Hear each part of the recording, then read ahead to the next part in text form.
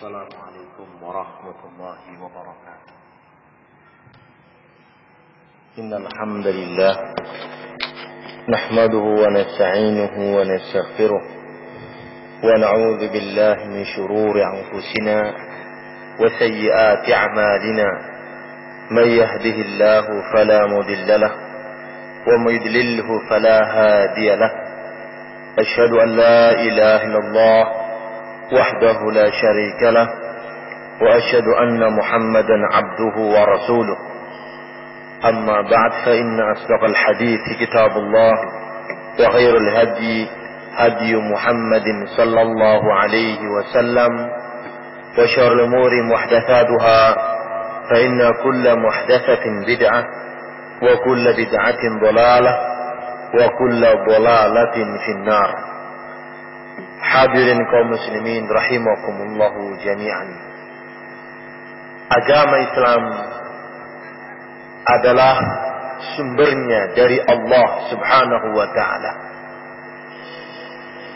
Agama Islam ini sampai kepada kita melalui Rasulullah sallallahu alaihi wasallam. Sampai kepada kita melalui para sahabatnya. Dan begitu seterusnya, turun temurun, jalan ba'da jailin, satu generasi demi generasi menyalurkan ilmu itu kepada generasi kita, membawa ilmu tersebut sampai kepada kita. Kaum muslimin rahimakumullah jami'an. Islam adalah sunnah Rasulullah sallallahu alaihi wasallam. Disebutkan oleh seorang syekh di Madinah bernama Salih Al-Abud rahimahullah hafizallahu taala, beliau mengatakan bi anna al-i'tiqad anna sunnata hiya al-islam wal islam al-mahdha al-khalis wa sunnatuhu i'tiqadun sahihun salimun hakimun. Beliau mengatakan bahwa sesungguhnya sebuah akidah yang menerangkan bahwa sunnahnya Rasul itu adalah Islam, dan Islam yang murni, yang suci itu adalah sunnahnya beliau. Maka seperti ini adalah keyakinan yang benar, keyakinan yang selamat dari kesesatan, dan keyakinan yang tepat, tidak salah, yang menyatakan bahwa sunnah Rasulullah adalah Islam, dan Islam yang suci, yang murni adalah sunnahnya beliau, tanpa adanya bid'ah, tanpa adanya campuran-campuran. Murni itu sajalah yang namanya Islam. Sebagaimana munazzal min indillah, turun dari sisi Allah, ya seperti itu pula Islam adanya. Tidak ada campuran, tidak ada penambahan, alias tidak ada bid'ah. Maka barang siapa yang dia berislam dalam beberapa harinya sesuai dengan sunnah, beberapa harinya sesuai dengan syariat, namun di sisi lain dia melakukan penambahan, sisi lain dia melakukan kebidahan, maka berarti dia tidak di atas sunnah. Dia di atas sesuatu yang tercampur di antara sunnah dengan bid'ah.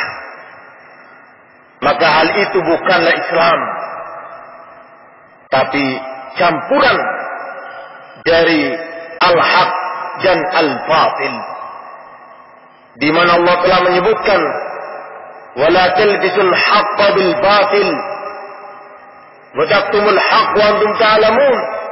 Jangan kalian campur adukan antara al-haq dengan kebatilan, dan jangan pula kalian sembunyikan al-haq itu dalam keadaan kalian tahu. Ini sebelumnya suara bisa didengar dengan jelas? Apa gaung bawa? Jelas nih? Nembok gaung. Kaum muslimin rahimakumullah jami'an.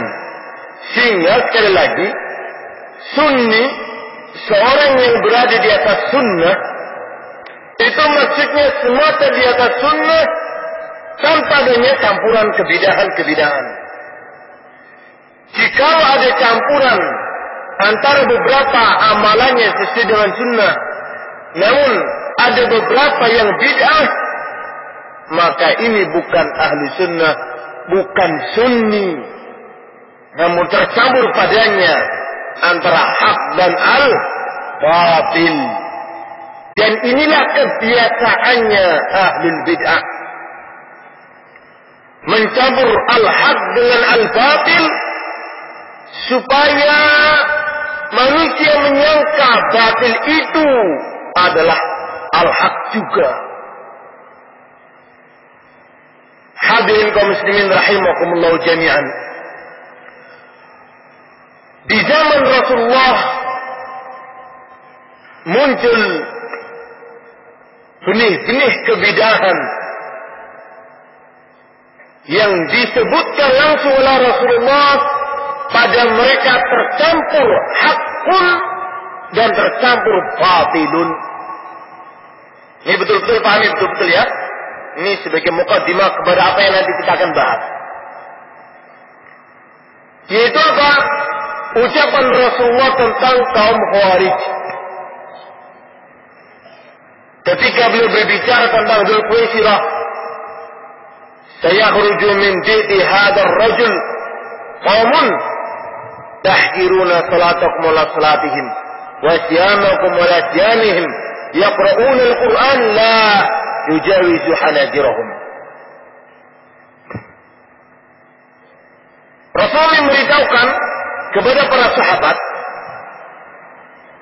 di waktu Rasulullah belum muncul, namun sudah diberitahukan oleh Rasulullah karena wahyu dari Allah, sebagai peringatan kepada para sahabat beliau, sungguh akan keluar dari keturunan orang ini, Dzul Khuwaisirah akan keluar dari keturunan orang ini, satu keturunan yang apa? Kalian wahai para sahabatku akan merasa minder kalau menilai salat kalian dengan salatnya mereka, puasa kalian dengan puasanya mereka. Mereka membaca Al-Quran, namun tidak melewati kerongkongannya mereka. Syuk, kita lihat dalam hadis ini yang sering kita dengar tentang kaum Khawarij. Dalam hadis ini Rasulullah memberitahukan salat, memberitahukan apa? Siam, puasa, memberitahukan qiraatul Quran. Yang salatnya mereka tidak dicela oleh Rasul, puasanya mereka tidak dicela oleh Rasul, bacaan Qurannya mereka juga tidak dicela. Bahkan para sahabat merasa minder kalau mereka orang yang giat, yang aktif. Siang mereka berpuasa, malam mereka salat malam, terus menerus baca Quran. Ini kebenaran yang ada pada mereka, yang disabdakan oleh Rasulullah tentang kaum Khawarij. Namun apa kata beliau selanjutnya? Yamruquna minad din kama yamruqus sahmu minar ramiyah. Namun ingat, wahai para sahabatku, walaupun mereka salatnya seperti itu, puasanya seperti itu, qiraatul Qur'annya seperti itu, namun mereka melesat, lepas dari agama ini, sebagaimana melepasnya anak panah dari busurnya. Kenapa? Padahal mereka sholat, padahal mereka qiraatul Quran, sampai-sampai para sahabat kagum dengan mereka itu. Ibadahnya jos, jempol, ngetop. Sampai-sampai Rasul memberitahukan kalian akan minder kalau membandingkan puasa kalian dengan mereka. Tapi kenapa Rasulullah menyebutkan mereka keluar dari Islam, lepas dari sunnah Rasul, seperti lepasnya anak panah dari busurnya? Kenapa mereka diistilahkan Rasulullah dengan syarrul qatla tahta dimis sama, sejelek-jelek bangkai di kolong langit ini? Dalam riwayat lainnya mereka adalah gila benar, anjing-anjing neraka. Karena tercampur pada mereka al-haq tadi yang disebutkan di depan dengan sebuah kebid'ahan, yaitu menentang penguasa. Seorang penguasa muslim yang sah, khuruj alal hukam. Ini yang menyebabkan mereka seperti itu. Maka dari sini para ulama menyebutkan ahlul bidah dalam menampakkan kebidahannya itu diawali dengan sunnah dan sunnah. Diawali dengan hal-hal yang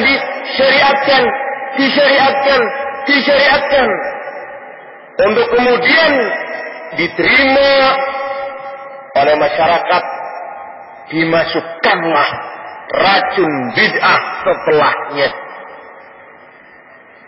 Karena itu di zaman para sahabat banyak tidak kaum Khawarij, banyak ribuan.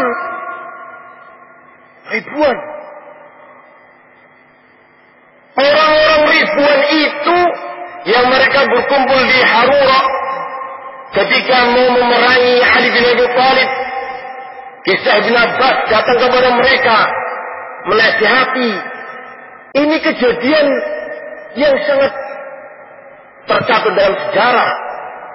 Ali bin Abi Thalib, Khalifah Rasulullah, penguasa muslim yang sah, melakukan pertempuran yang sengit dalam rangka membasmi kaum Khawarij. Yang kita sebutkan di sini, kok banyak manusia yang mau menerima bid'ah Khawarij ini. Padahal yang ditentang adalah sahabat. Apa mereka tidak berpikir, Ali kan sahabat Rasul, Ali kan menantunya Rasul, Ali kan sepupunya Rasul, anaknya Abbas, anaknya siapa? Abdul Muttalib, Abu Talib, Ali bin Abi Thalib. Bukan sepupunya berarti. Apa iya? Sepupunya ya? Ini. Kenapa? Karena syubhatnya Khawarij ini sangat kental. Sangat kental. Lebih kental dari kapal api, Bapak. Sangat kental. Sehingga ribuan orang para pemuda terhasut oleh mereka, terperdaya dengan salatnya mereka, terperdaya dengan puasanya mereka, penampilannya mereka. Padahal yang ditentang adalah khalifahnya Rasulullah. Dari sini kita tahu betapa bahayanya bid'ah itu muncul di tengah-tengah umat, tidak langsung sesatnya, tapi baiknya dulu, sunnah dulu, yang syar'i dulu, wirid dulu, zikir dulu, tasbih dulu, la ilaha illallah dulu, itu dulu. Setelah ini diterima, masukkan pemikiran sesat, masukkan pemikiran syubhat. Ini. Demikian pula dengan munculnya kaum Syiah. Kaum Syiah ini jelek luar biasa. Kejelekannya nyata. Masa Abu Bakar dan Umar dikafirkan? Padahal dia berdua adalah kemana-mana bersama Nabi. Dan dipuji-puji oleh Rasul sebagai ahli jannah. Dan masuk akal ini agama Syiah itu. Orang bodoh tahu Syiah itu jelek. Tapi ternyata Syiah menguasai negara, bahkan menguasai belahan dunia, masuk ke negara kita, merayap pelan-pelan, masuk ke para pejabat, masuk ke para tokoh. Geleng-geleng, hebat betul ini. Pakai apa? Apa langsung? Nih Syiah sesat, ayo makan. Apa mau? Ya enggak. Pasti ada syubhatnya. Syubhatnya cinta kepada Ahlul Bait. Syubhatnya mengatakan bahwa Ahlul Bait terzalimi. Syubhat menampakkan kebenaran, kemudian ditumpangi dengan kesesatan. Karena itu Allah mengatakan dalam Al-Quran, wala talbisul haqqa bil batil. Jangan kalian campur adukan antara hak dan batil. Dari ini kaum muslimin rahimakumullah jami'an, sebagai mukaddimah pembahasan kita, bahwa tidak selalu orang yang menampakkan dirinya sesuatu yang syar'i untuk kemudian kita ikuti dia. Tidak. Tidak selalu orang yang memukul, yang hebat sholatnya, hebat bacaan Qur'annya, hebat puasanya, kemudian kita ikuti. Tidak. Akan kita bahas tentang permasalahan ini. Ucapan Syekhul Islam Ibnu Taimiyah, Imam Ibnu Qayyim, dan yang lainnya yang menjelaskan tentang ahlul bid'ah dari zaman dulu sangat mengerikan pengaruhnya, karena mereka memiliki ilmu dan menghasut umat dengan ilmu itu, sehingga umat tertipu olehnya. Ini dia. Dan para ujungnya ulama salaf kemudian mengingatkan mereka semuanya agar jangan ikut dai-dai tersebut. Yang kesimpulannya nanti akan kita ambil sebuah hikmah dan faedah dari pembahasan kita.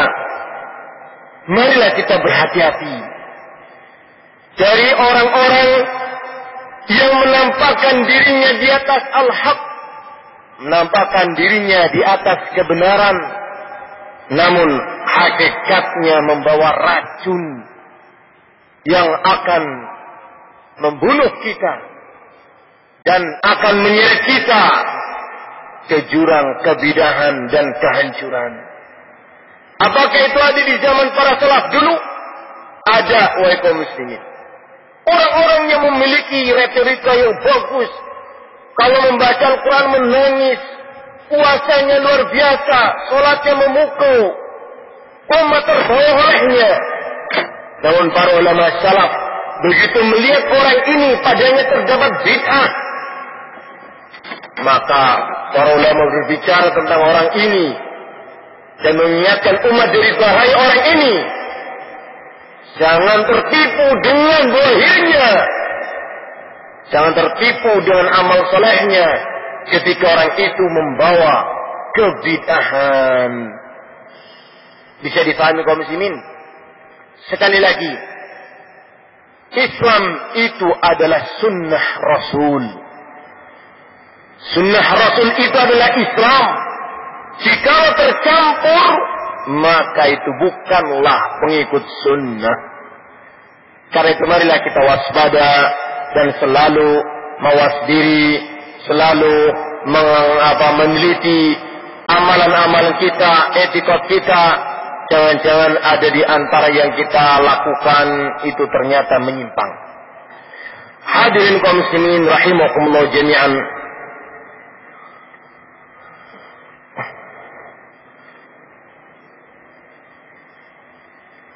Pada pembahasan kita kali ini, kita akan membacakan poin yang kelima dalam kitab Durusul Manhaj. Sebuah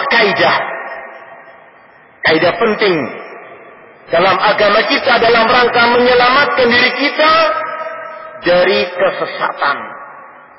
Dan dicontohkan oleh beliau kejadian di zaman dulu untuk kita ambil ibrah di zaman sekarang ini. Qaidu fi muamalatil mukhalifin li sunnah. Berikut ini adalah kaidah dalam menyikapi orang-orang yang menyimpang dari sunnah.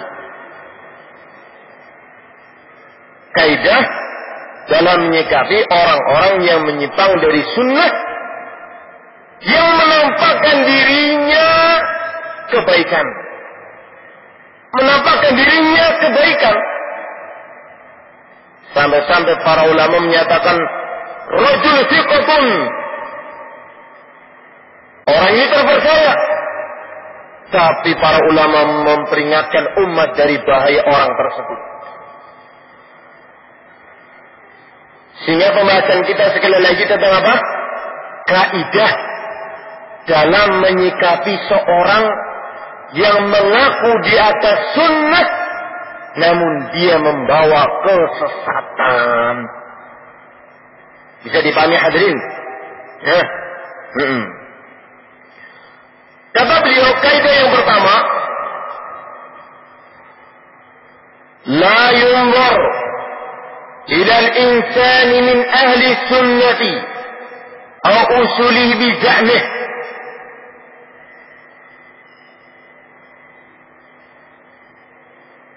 La yunzar ila al-insan min ahli sunnati aw usulihi bi za'mih usuli ahli sunnah. La yunzar ila niyatihi wa qasdihi idza awhara ma yukhalifuha. Perhatikan terjemahnya. Atau mau didikte Arabnya, Bapak? Mukmun biasa diimla bahasa Arab, dikte. Wajib pun pinten pasti kan?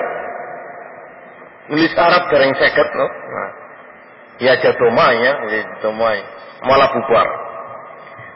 Kaum muslimin rahimakumullah jami'an. Kaidah yang pertama, tidaklah seorang itu ketika dia mengaku-ngaku di atas ahlus sunnah, tidaklah seorang itu dilihat niatnya, tidaklah dilihat tentang niatnya. Idza azhara ma yukhalifuha, apabila ternyata dia menampakkan sebuah amalan yang menyelisihi sunnah. Coba perhatikan terjemahan bebasnya. Terjemahan bebasnya adalah ada seorang yang menampakkan dirinya sebagai ahli sunnah, menampakkan dirinya sebagai ahli sunnah salafi, ucapannya, perkataannya. Kata beliau, ketika orang ini menampakkan penyimpangan terhadap sunnah, maka dia dihukumi menyimpang dan tidak dihukumi niatan dia. Contohnya, ada seorang yang mengaku-ngaku di atas al-haq dengan membuktikan sholatnya, baca Qur'annya, dalilnya, namun ternyata dia melakukan bid'ah khawarij seperti yang tadi saya sebutkan di depan. Maka apapun niatan dia, tetap saja dihukumi dia menyimpang, karena dia memunculkan amalan-amalan penyimpangan tadi. Pengakuan dia sebagai ahlu sunnah tidaklah ghairu mu'tabar, tidaklah teranggap sebagai bentuk dia adalah sebagai ahli sunnah. Bisa dipahami hadirin? Ya. Ini dia. Sebagaimana disebutkan oleh Umar ibn Khattab, sebuah riwayat yang diriwayatkan Imam Bukhari dari sahabat Abdullah bin Utbah.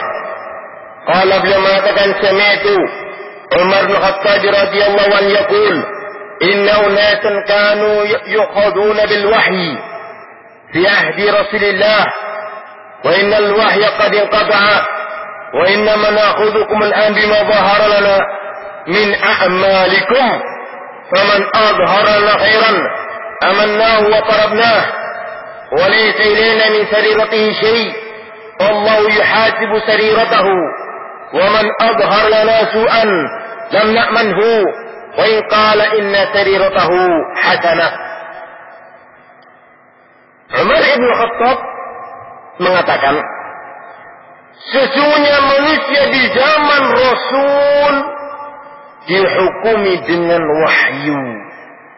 Kalau ada orang kita tidak tahu siapa dia, wahyu turun kepada Rasul, dia munafik. Bisa terjadi Bapak? Bisa. Zaman dulu ketika Rasul masih hidup, individu orang itu ketahuan karena ada wahyu. Allah Maha tahu isi hati orang. Adapun sekarang kata Umar, wahyu telah terputus dengan wafatnya Rasul. Maka bagaimana kita menghukumi kalian oleh manusia? Kata Umar, na'khudukumul an bima dhahara lana. Kita menghukumi kalian itu dengan yang nampak. Barang siapa yang menampakkan kebaikan, ya kita hukumi dia baik. Dan barang siapa yang menampakkan keburukan, ya kita hukumi dia buruk. Adapun isi hati dia, itu rahasia Allah. Kami tidak mengerti tentang niatan dan isi hatinya. Ini dia. Kalau dia menampakkan kebaikan, kita katakan baik. Kalau dia menampakkan keburukan, kita katakan buruk. Secara apa? Zahir kita menghukumi, adapun batin tidak. Misalnya ya kaum muslimin rahimakumullah jami'an, ada seorang mengaku Ahlus Sunnah, zahirnya mengatakan dirinya Ahlus Sunnah, kita sikapi dia Ahlus Sunnah. Namun ketika dia memunculkan sebuah kebid'ahan, atau dia berbolak-balik ke Ahlul Bid'ah, atau dia selalu bersama mereka Ahlul Bid'ah dan mengamalkan kebid'ahan dengan mereka, maka kita menghukumi apa? Yang nampak. Zahirnya orang ini aku Ahlus Sunnah, namun perilakunya perilaku bid'ah.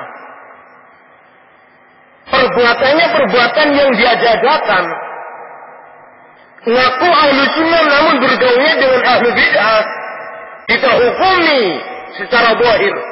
Adapun tujuan dia dengan mengatakan saya sering kesanakan dalam rangka menasihati, saya sering kesanakan dalam rangka, kita tidak tahu kalau itu isi hatinya yang nampak di kita zahirnya.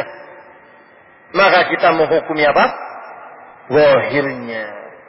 Karena yang namanya menasihati itu tentunya tidak dengan cara yang menyimpang dari syariat. Rasulullah menasihati kaum Khawarij. Apakah beliau belusukan kaum Khawarij, Bapak? Tidak. Ini dia. Bisa dipahami? Iya. Ngaku muslim, ini mau konteng. Wah, zahirnya, iya kok. Dihukumi zahirnya. Bisa dipahami hadirin. Adapun isi hatinya, kita nggak tahu lah isi hatinya. Bisa jadi isi hatinya memang kafir, lisannya saja mengatakan muslim. Urusan hati, wallahu alam. Itu Allah yang menghisabnya. Yang nampak kamu melakukan kesyirikan. Dia nampak kamu kelihatan melakukan ibadah dengan cara non-Islam. Dia nampak kamu ini nampak, itulah yang menjadi tolak ukur. Bisa dipahami hadirin? Iya. Sehingga kalau ada orang yang bela-bela yang kita sedang bicarakan, ini orang ngaku ahlu sunnah, namun dia bergaulnya dengan orang-orang yang terfitnah dengan sururi, terfitnah dengan ikhwanul muslimin. Kita katakan, loh, dia ngaku ahlu sunnah tapi ternyata pergaulannya kesana-sama, dan dia membela-bela kesana-sama. Nah, kita hukumi zahirnya. Sebagaimana Umar bin Khattab, tiba-tiba ada orang yang bela-bela, sebentar mas, kayak pencen kayak saya, tapi kan hatinya orang, hatinya ya salafi. Kita nggak bicara hati, kita bicara zahirnya sekarang. Bisa dipahami? Kadangkala ada orang yang bela-bela, kalau saya bicara tentang dialah, hatinya pahit kok. Tapi kok tolong ahli bid'ah, ya apa-apa, hatinya main. Ini nggak bisa sebagai tolak ukur apa. Jelas insyaallah ya. Ini dia. Kaidah yang kedua sekarang. La yunzur fi hadzal bab ila sifat al-insan al-hasanah min da'watin wa sara'in wa ghairi dhalik min as-sifat. فليس المقصود الزواج وإنما المقصود هو الذب عن السنة. Perhatikan kaidah yang kedua. Saya baca cepat karena waktunya singkat dan kayaknya boten-boten sing nulis bahasa Arab ya. Jadi saya baca cepat. Kata beliau kaidah yang kedua, dalam hal ini menyikapi seseorang itu tujuannya bukan berbicara person, tujuannya zabu ani sunnah, membela sunnah. Tujuannya membela sunnah kita. Berbicara si A seperti ini, hati-hati jarinya. Dia walaupun salat, puasa, kira Quran, namun dia khawarij. Hati-hati dari dia. Contohnya siapa yang kayak gitu? Rasulullah Sallallahu Alaihi Wasallam. Ini dia. Apa yang dimaukan? Ini suaranya hilang-hilang. Sabotase.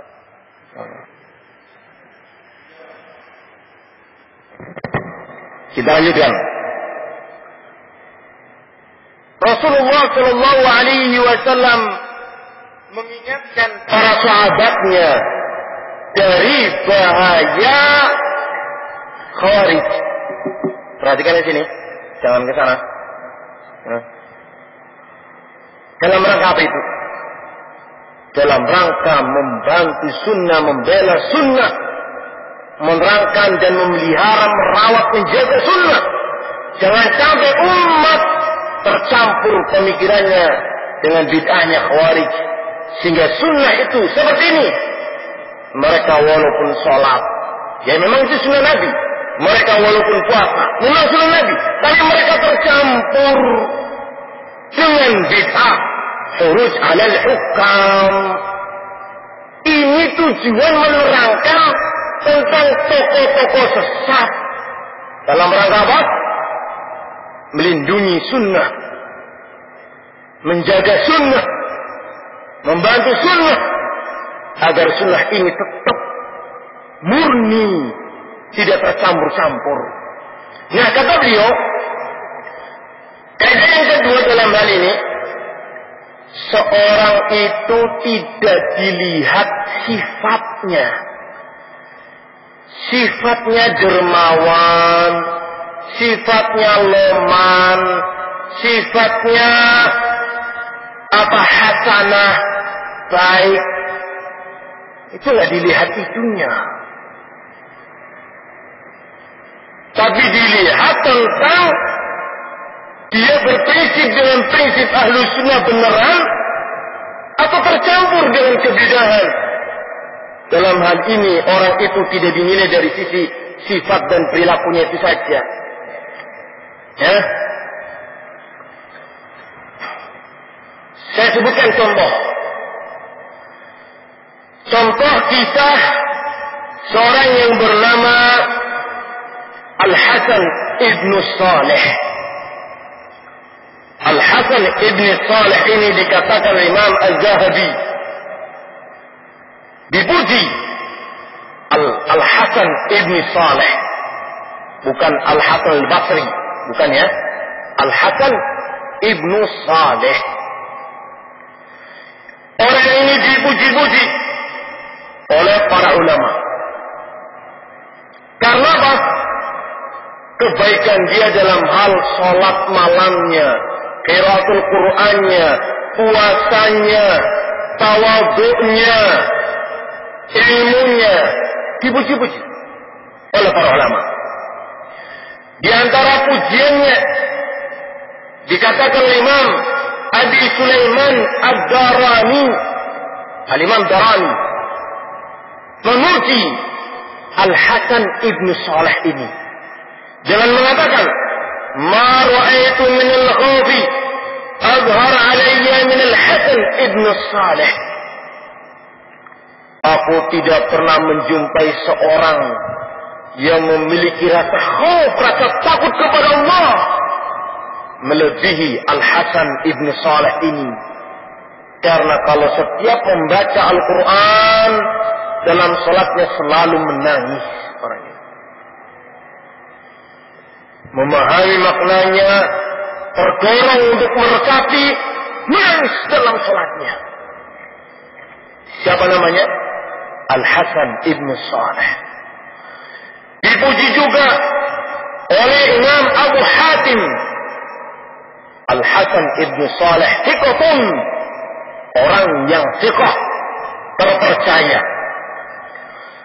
Dikatakan oleh Imam Abu Zur'ah, ini ulama ahli sunnah, menjelaskan tentang Hasan ibn Saleh.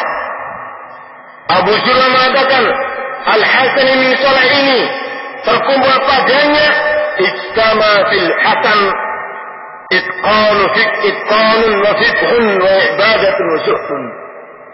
Al-Hasan ibn Saleh ini padanya terdapat 4 sifat yang bagus. Yang pertama, itqanun, hafalannya mungkin, kuat hafalannya. Thiqatun, terpercaya.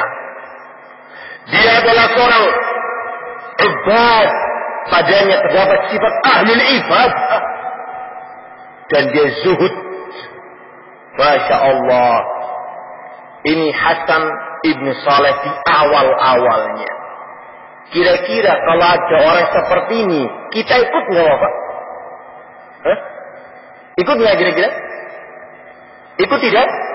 Orangnya baik, penampilannya sopan, santun, memukau. Kalau membaca Quran dalam salat nangis, kalau berbicara memukau. Geleng-geleng. Siapa yang tidak akan ikut dengan orang yang hebatnya seperti ini? Ya, perhatikan. Kalau Az-Zahabi, Al-Imam Az-Zahabi dalam kitab Syiar Nubala menjelaskan tentang Hasan ibn Saleh ini siapa. Kata beliau, "Ma'a jalalatil Hasan wa imamatihi kana fi kharijiyah." Bersamaan kemuliaan yang ada pada Al-Hasan ibn Saleh ini, dia ternyata memiliki pemikiran Khawarij. Memiliki pemikiran apa? Khawarij. Dan ini racun. Cara orang yang tahu kalau dia membawa racun, orang kayak kita, lipat. Dilibat maksud Bapak? Gak bisa tahu letak Khawarijnya di mana. Yang tahu manduk-manduk terus. Wah, hebat. Sampaikan tugel dah saya. Gak bisa nilai letak Khawarijnya di sebelah mana. Hebatnya ahlul bid'ah seperti itu. Apakah kemudian para ulama diam tentang Al-Hasan ibn Saleh ini? Tidak, wahai kaum muslimin. Para ulama berbicara tentang prinsip ini, tidak dilihat zahirnya tuh, tidak dilihat kebaikannya tuh. Ketika menyimpang dari salah satu prinsip Ahlus Sunnah, langsung umat tahu setelah diterangkan oleh para ulama Ahlus Sunnah. Kata Imam Zahabi, "Fanadharuhu lailatan wa ja'a fulan." Suatu hari ada seorang alim di antara para ulama Ahlus Sunnah datang kepadanya, berbicara dalam rangka menasihati orang itu dari pemikiran khawarijnya. Ternyata Fadab al-Hasan ila tarkil jum'ah ma'ul huruj. Ternyata Hasan ibni Salah ini malah justru menampakkan kekhawarijannya dan berpendapat meninggalkan Jumat bersama para penguasa. Yani tidak mau sholat Jumat, tidak mau sholat bersama dengan para penguasa, karena penguasa telah kafir, kata Hasan ibni Saleh. Apa yang terjadi ya kaum muslimin? Walidzalika hajjarul a'immatu fi zamanihi wa lam yusallu alaihi hina mat. Oleh karena itu para ulama menghajarnya, meninggalkannya, dan memperingatkan umat dari bahaya orang ini agar jangan tertipu dengan kesolehannya, dengan salatnya, dengan baca Qur'annya, agar jangan tertipu. Dan ketika matinya orang ini, para ulama tidak mau menyolatinya, padahal memukau. Hebatnya itu luar biasa orang ini. Ternyata padanya terdapat campuran kebid'ahan, maka tidak dipakai orang ini. Ada sum padanya, ada racun padanya, yang umat tidak bisa memisahkan mana yang susu dan mana yang racun. Umat awam seperti kita termakan olehnya. Tapi para ulama tahu padanya terdapat bid'ah khawarij. Inilah manfaat keberadaan seorang alim, membantu, menolong, menegakkan, menjaga sunnah. Orang seperti itu pun nampak dan ketahuan boroknya. Kalau kita jangan macam-macam. Kalau kita duduk di depannya, ini siapa? Hasan bin Saleh. Kita ini datang kita. Terus kemudian, tapi dia ada warisnya loh, nggak apa-apa. Yang penting orangnya kan bagus. Nanti kalau yang baik kita ambil, yang jelek kita buang. Wah, keminter gue. Gimana kamu bisa memisah-misahkan? Kalau kamu sudah tahu jeleknya mana, baiknya mana, ya usah ngaji baik. Iya bukan? Ngerti oke mainnya, oke eleknya. Dan harus ngerti kok ngapa ngajikan wong kuwi. Ini dia, Masya Allah. Ini prinsip yang keberapa? 2. Dalam rangka apa pembahasan ini? Az-zafu an sunnah, menjaga sunnah, membela sunnah dari ketercampuran tangan-tangan ahlul bid'ah yang awalnya menampakkan sunnah Rasul. Ini dia. Jadi kalau ahlul bid'ah tiba-tiba datang langsung bawa kesesatan, ya ora payu. Payu betul apa? Ora payu.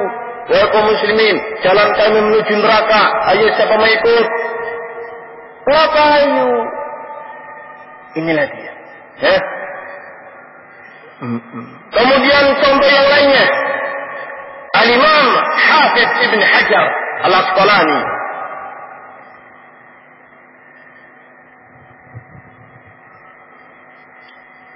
mengisahkan tentang di tarjumah Abdul Aziz Ibn Abi Ruwad wasmuhu Maimun قال يحيى القطان عبد العزيز ثقة. وقال ابن المبارك كان يتكلم وجميعه تيسير لخده. قال شعيب بن حرب قمت إذا نظرت إلى عبد العزيز رأيته كأنه يطلع إلى القيامة. وقال ابن سعد في طبقات هجره أئمة السلف في زمانه وكرهوا مجالسته، فلما مات وقف سفيان الثوري على جنازته ثم ذهب وشق الصفوف وتركها ليبين أنه مبتدئ. Perhatikan,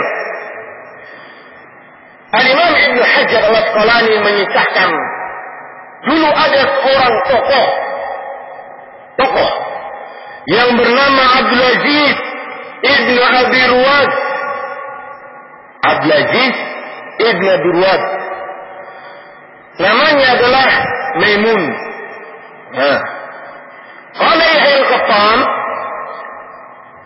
Al-Imam Yahya Al-Qattan mengatakan Abdul Aziz Ibn Abi Ruwad thiqatun, seorang yang terpercaya. Enggak main-main loh, terpercaya. Jenengan kalau ada orang dikatakan orang ini terpercaya, kira-kira ikut nggak? Ikut bukan apa? Ikut. Yahya Al-Qattan mengatakan Abdul Aziz bin Ruwad thiqatun.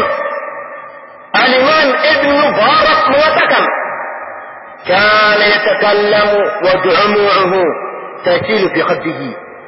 Abdul Aziz Ibn Abi Ruwad ini kalau lagi berbicara ngisi ta'lim itu air matanya mengalir selalu di pipinya.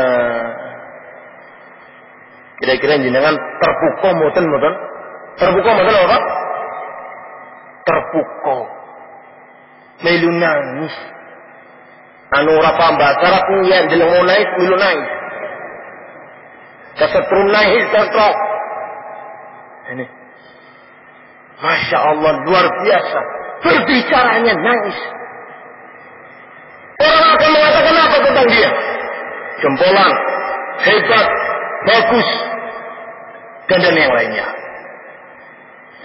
Mungkin kalau orang seperti ini ada, dilabeli dengan guru besar, dilabeli dengan syekh, dilabeli dengan ustaz besar, atau kiai besar, atau doktor, atau magister, atau LC, atau yang lainnya. Karena apa? Hebat banget orang ini. Ini benar. Tapi apakah dia diterima oleh para salafus saleh? Kita lihat kisahnya. Qala Syu'aib bin Harb, kata Imam Syu'aib bin Harb, kuntu idza nadartu ila Abdul Aziz, aku kalau melihat sosok Abdul Aziz Ibn Abi Ruwad berbicara, ja'allahu yattali'u ila qiyamah, seakan-akan dia itu melihat akhirat. Seakan-akan dia melihat akhirat. Bahasanya itu mengena. Bukan hanya retorika, bukan, mengena. Seakan-akan dia melihat akhirat. Masya Allah. Namun kita lihat apa keterangan para ulama tentang dia. Qala Imam Ibn Sa'd fi Tabaqat, hajjaruhu a'immatus sunnah fi zamanihi. Ternyata para imam sunnah yang sezaman dengan Abdul Aziz Ibn Abi Ruwad ini menghajarnya, menjauhinya, meninggalkannya, dan memperingatkan umat dari bahaya orang ini. Wa karihu mujalasatahu. Para ulama tidak mau duduk bersama Abdul Aziz Ibn Abi Ruwad ini. Para ulama tahu kalau orang kayak kita nggak tahu. Sehingga kalau ada orang di antara kita menilai ustaz itu hebat, yang ngerti maksudnya bahwa. Tapi kalau ada ustaz yang lainnya yang lebih alim, kita tanya, gimana ustaz tentang si fulan ini? Hati-hati dari dia.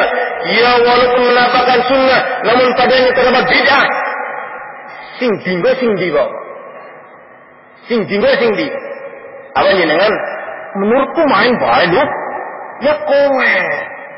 Artinya ilmu ya ilmu. Seperti sing bener sing salah di ora. Wong aku ndek filter.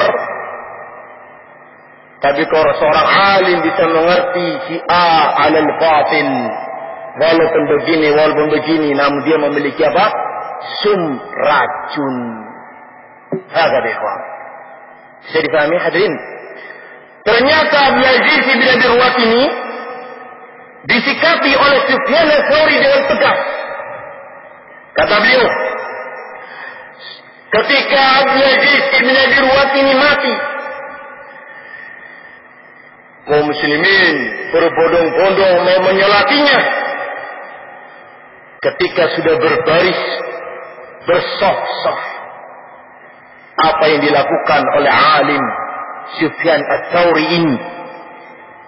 Beliau wa thumma dhahaba wa taqa as-sufuf. Sufyan Ats-Tsauri melangkah maju ke depan, saf terdepan. Dan di depan jenazahnya Abdul Aziz bin Abi Ruwat, apa yang terjadi? Ternyata beliau berdiri di depannya Abdul Aziz bin Abi Ruwat bukan untuk mendoakan kebaikan, bukan untuk menyolati, namun untuk memberikan peringatan kepada umat. Saya berdiri di sini, disebutkan di sini, waqafa Sufyan ala janazatihi. Berdiri Sufyan di depan jenazah. Umat menunggu apa yang mau dilakukan oleh Sufyan Ats-Tsauri ini. Begitu umat sudah reaksi, perhatian betul apa yang dilakukan oleh Sufyan Ats-Tsauri, langsung balik hajab, memotong shaf, pergi meninggalkan jenazahnya Abdul Aziz bin Abi Ruwat. Tujuannya apa? Libayin annahu mubtadi'. Dalam rangka menjelaskan bahwa orang ini adalah ahlul bid'ah. Karena itu beliau tidak mau menyolatinya. Ternyata bid'ahnya apa? Para salafus saleh zaman dulu mengatakan, Syi'iyan, dia memiliki bid'ah Syiah. Ini.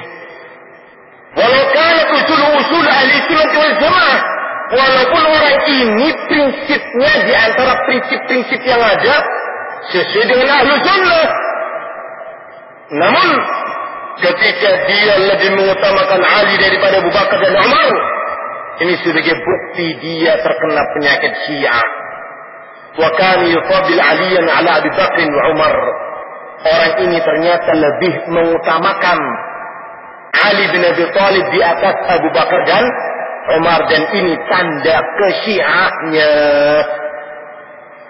Maka ditinggalkanlah orang itu. Bisa dipahami kaum muslimin? Kalau orang kayak kita, sekali lagi ngukur apa lagi? Ngukur jenggotnya. Oh sing jenggotnya tebal, karena dia alim loh. Belum tentu apa. Ya. Jangan diukur dari fisik, jangan diukur dari akhlak sopan santun. Orang sufi lebih santun, jabut suket getun, santun banget. Aduh, jabut suket getun. Sufi nggak mau makan ayam, kasihan sama ayam, rahmah betul. Ya, sampai dia makannya bingung, makan pohon, dia harus membunuh pohon. Mau makan daging, dia harus sembelih ayam atau yang semisalnya. Akhirnya nggak makan. Ya, bingung dia. Rahmah betul, tapi dia sufi. Apakah kita akan tertipu dengan kesopan santunannya? Tentunya tidak. Wahai kaum muslimin rahimakumullah jami'an. Ada 4 atau 5 yang disebutkan di sini. Kita baru sampai kedua. Jamnya sudah habis. Bentar kamu ya. 4 menit lagi. 4 menit lagi Bapak. Yang ketiga sekarang.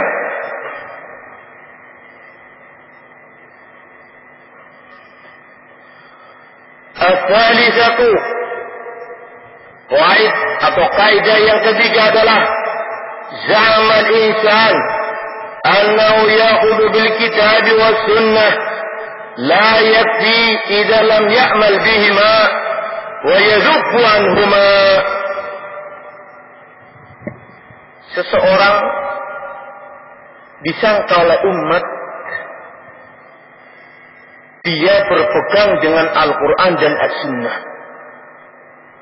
Oh, Ustaz ini pegangannya Al-Quran, pegangannya Sunnah. Kata Syekh, dinukilkan ucapan para ulama yang lainnya, la yakfi, tidak cukup seorang itu mengaku-ngaku berpegang dengan Al-Quran, berpegang dengan As-Sunnah.